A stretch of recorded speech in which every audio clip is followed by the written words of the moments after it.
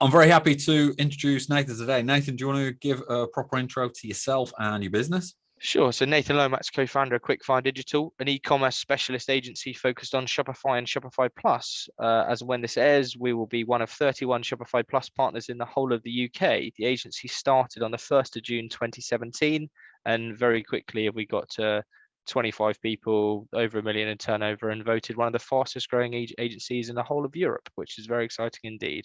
But to paraphrase, Quickfire Digital, Shopify and Shopify Plus focused e-commerce agency. And it looks like the long form and short form elevator pictures have been practiced to perfection.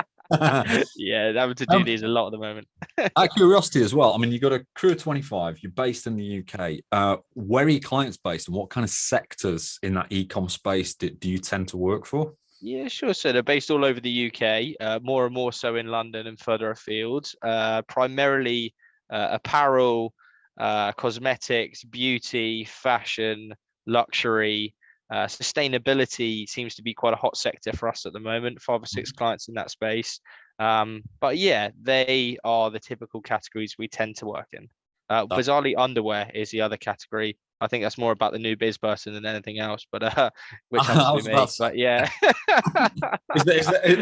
is that like a director's objective? Yeah, jokes aside, it is like so genuine, but it's just like so random that the 6 or 7 clients we've picked up in the last 12 months, like 3 of them have been in that space, and it's just like bizarre. But at the same time, there's everyone needs pants and socks, and essentially we tend to work really well with them. So casting your mind back then, I mean, you mentioned 2017, is that right? Yeah, 1st of June 2017. The birth of the agency, and if I'm right, obviously you've been involved in digital in some way since way before then. Yeah. So cast your mind back 2017 to now. If you could put your finger on like one thing, one major headache, one problem, what do you think the biggest mistake or problem is that you've made with the agency since starting? Lack of focus. 100% a lack of focus on our value proposition, a lack of focus and understanding of what we really stood for, what we did, our values, our beliefs, our process. I mean, I could give you hundreds of things, Rob, I think we've done that we could have done better, or that we've still got now that we can improve. But focus underpins all of it. That if you just laser focus and become a specialist at something, you will grow so much quicker than when you try to be a jack of all trades and do everything for everybody. And for the first few years, that's exactly what we did.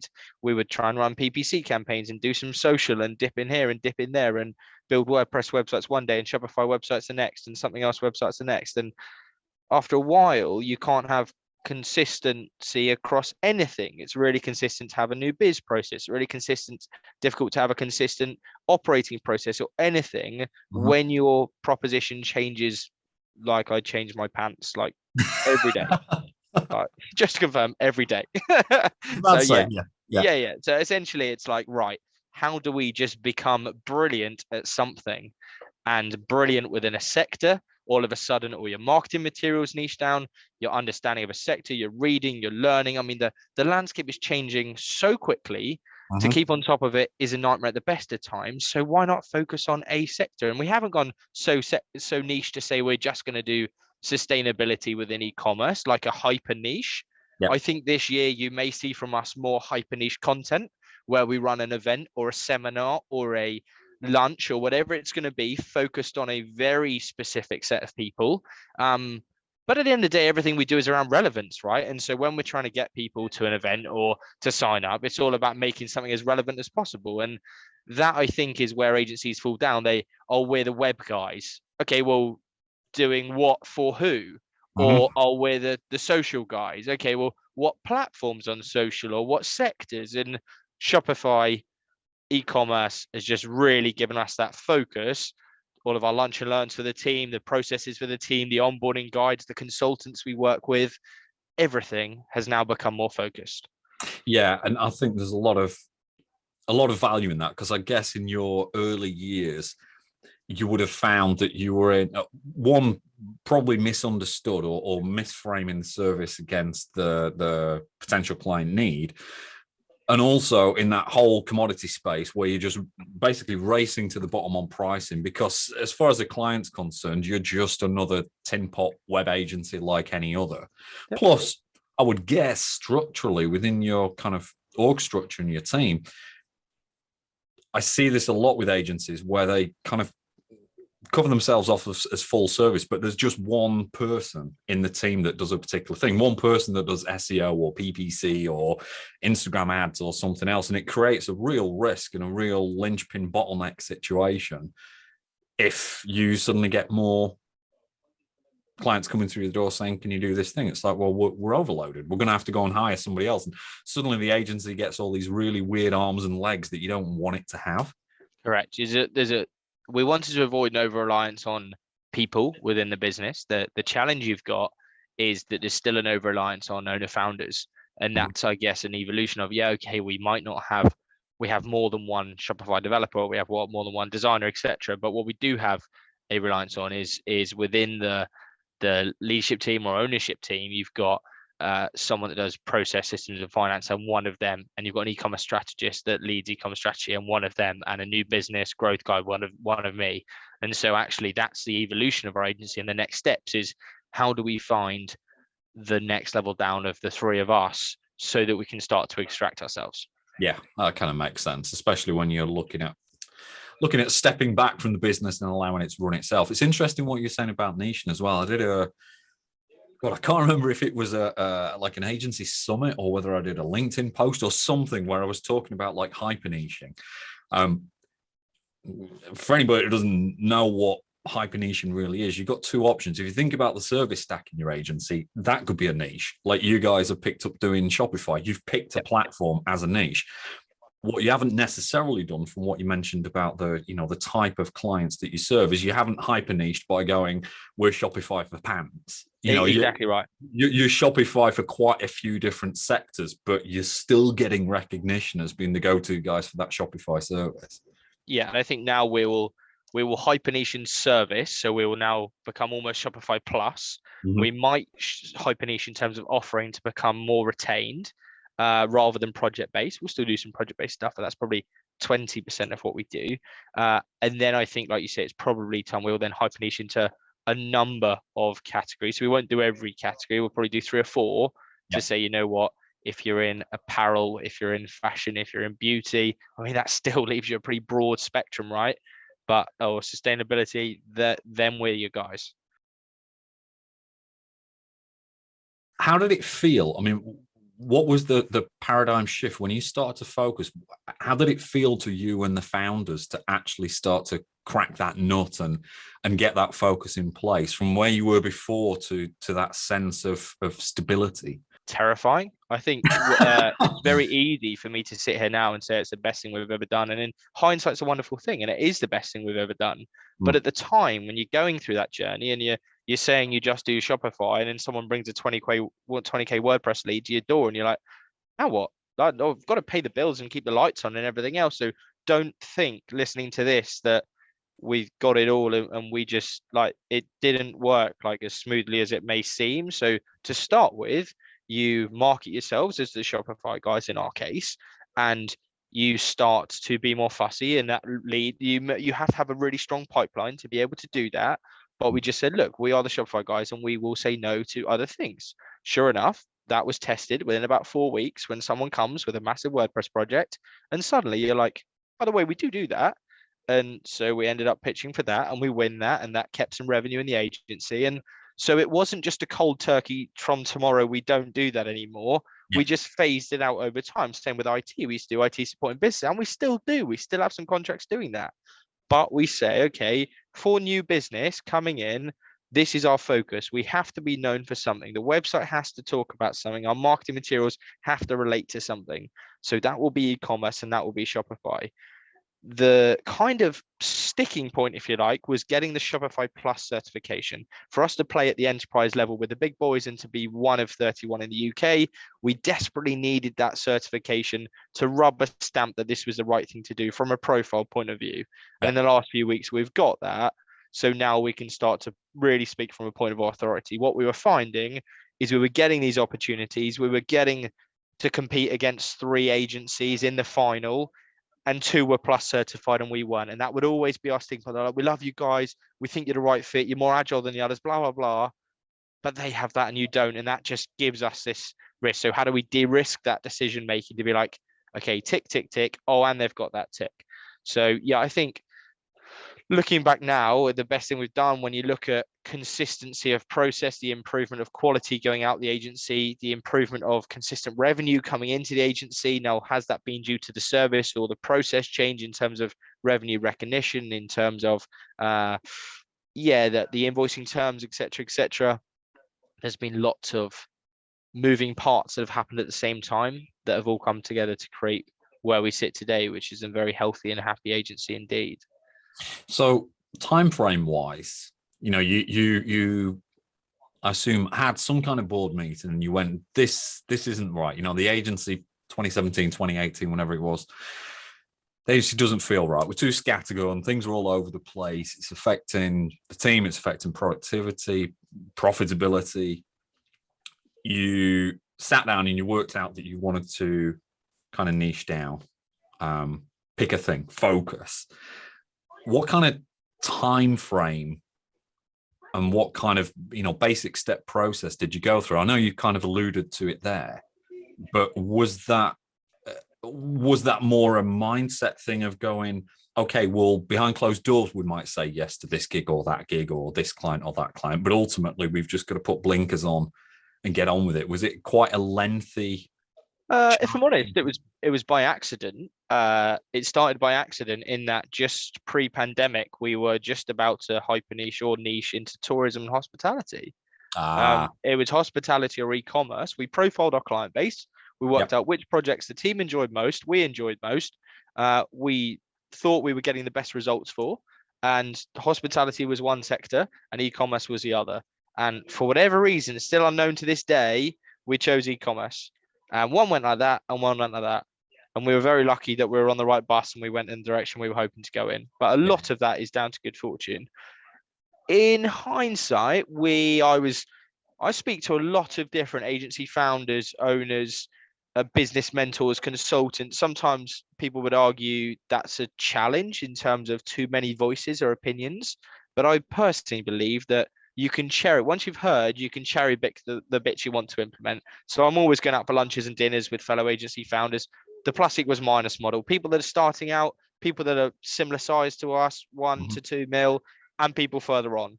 And the common theme or pattern that kept coming back was around niching and around how their agency had accelerated after their niche. And I just thought, you know what, we need to niche. And I took it back to the board, and naturally everyone was like a little bit nervous, like, okay, should we be doing this? Are we right to be doing this? Is it too early to be doing this?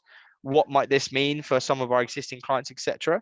And so if I'm honest, it was a kind of started as a marketing approach, and then as we started to justify it, and now, so I'd say if you asked me this question 6 to 12 months ago, the pipeline might look like 60% Shopify, 40% WordPress. And before that, it'd probably be 60% WordPress, 40% Shopify. And now you look at the pipeline, it's 95% Shopify and 5% other. And the other is probably more consultancy and less WordPress entirely. I think sometimes you just have to go with your gut as well. And that's something that while I really struggled to convince everyone, we knew, and I think everyone knew really, that this was the right way to go. But understandably, like, it's a massive risk. Why would you risk derailing what you're doing when it's working so well? And so it was a massive jump to take. But for us to kick on and get to the next level, I think they say only 10% of agencies get beyond £1 million. And I think the reason that happens is that a lot of them are in that same challenge we were in, that they're not prepared to take the risk because it could go one way or another. And I mean, the COVID pandemic was horrendous for so many people. And actually for us, it probably really helped. It really helped, almost forced our hand, and gave us justification pretty quickly that we'd done the right thing. Had that not happened, would it have taken longer? Would we have then got more nervous? Would we have then backed out? Who knows? But as it so happens, we did take the decision, we did take the leap, and now we continue to reap the rewards. Yeah, and I think it's probably because of two things: because of your collective insight into the fact that you needed to make a strategic change, and lady luck. I think those, yeah. You know, if you'd have gone down the travel thing, like other agencies that we both know that are in that travel space that really struggled through that period. Yeah. Agency growth is massively on the rise, and probably e-commerce is the biggest of the lot. And you've chosen to niche down on probably the biggest platform in that e-commerce space. So all the intersection of things has played out in your massive favor, and you guys have regularly sat down and worked out what your next move should be, rather than just letting the agency kind of wash over and happen to you as it goes along. I think, Ross, a great show. And the other thing is around mindset, and it's around absolutely dedicating to dominate a space. So you will see, and people in this agency space will see, that we are incredibly well known in this space. A lot of it because of the noise that we make. We are constantly running events, doing breakfast, hosting things, attending things, supporting things, coming up with weird and wonderful ideas, guerrilla campaigns, however you want to describe it. There are lots of things going on that position you as a point of authority and get you known in that space.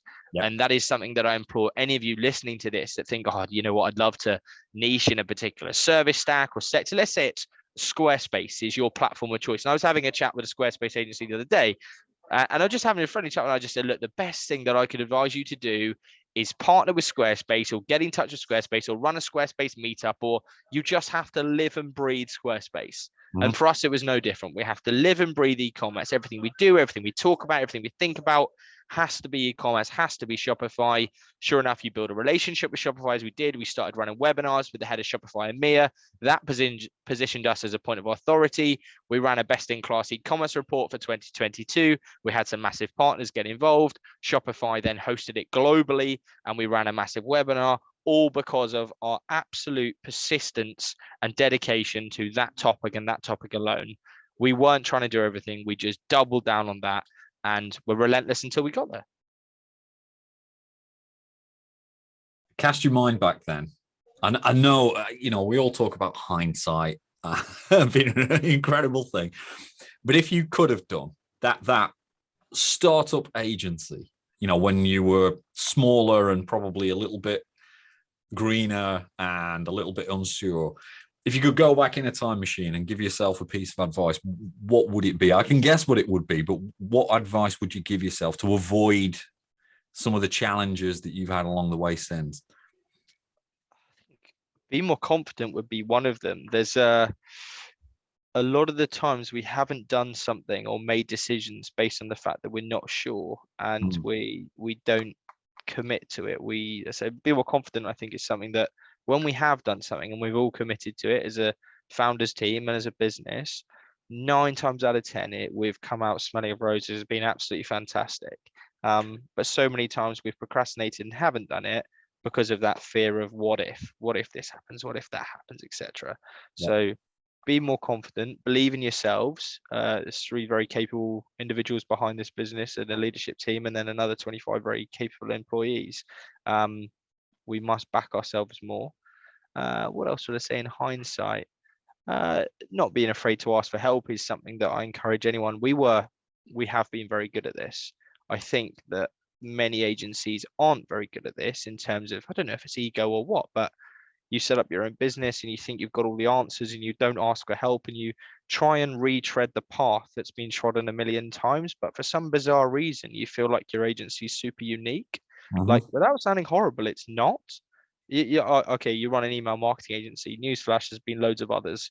Or you run a PPC agency, there's been loads of others. Now, the way you do it and your proposition and your USP and all that stuff might have some point of differentiation with it, but by and large, the model's the same. So don't try and retread the path, certainly for the first 100 miles that's already been walked a million times before. Just reach out to people, and you'll be amazed how people love talking about themselves and people love sharing their story.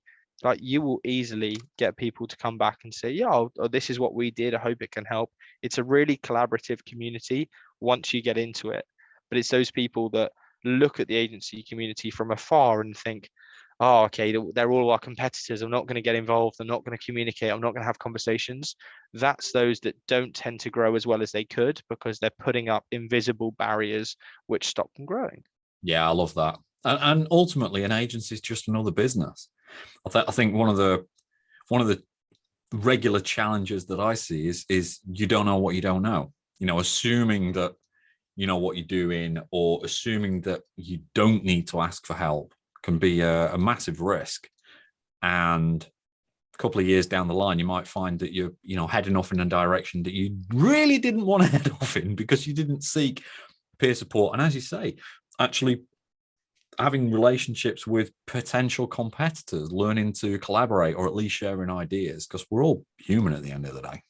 Exactly right. And just being not afraid to share the wins, but also the challenges. Sometimes people feel very guilty of saying when things are going well. So particularly in the pandemic, people ask me, how's it going? And I'd be like, I don't really want to tell you, because actually it's going ridiculously well and I can see that you're struggling. But vice versa, when things aren't going so well, to say, Rob, you know what, man, I'm having a bit of a down day today. This client hasn't gone ahead. This project's on fire. This hasn't happened. This person's on holiday. This person's about to leave. We can't hire for this, etc. It's not all roses. It's not all fantastic every day of the year. But at the same time, right now, there's more good days than bad days. And that, to me, I'm calling success. When there's more good days than bad days, that is success. Listen, there have been some amazing ideas. I hope that other people listening or watching this can take some of this stuff away, because Nathan's absolutely full of great stuff. Nathan, where can people find out more about you? I will drop the tag somewhere around. Yeah, just check out on LinkedIn. I think that's probably where I'm most active, and get involved. There's nothing that frustrates me more than people that sit on the fence and watch from afar. Like, if ever you want to ask questions, get to know each other, see what we've done well, what we haven't done well. I'm an open book. I'd probably share too much. Reach out, ask, connect. I'm more than happy to jump on a call and support you as much as I possibly can. Great stuff. Cheers for your time, Mate, lovely to see you as always. Take care. Okay.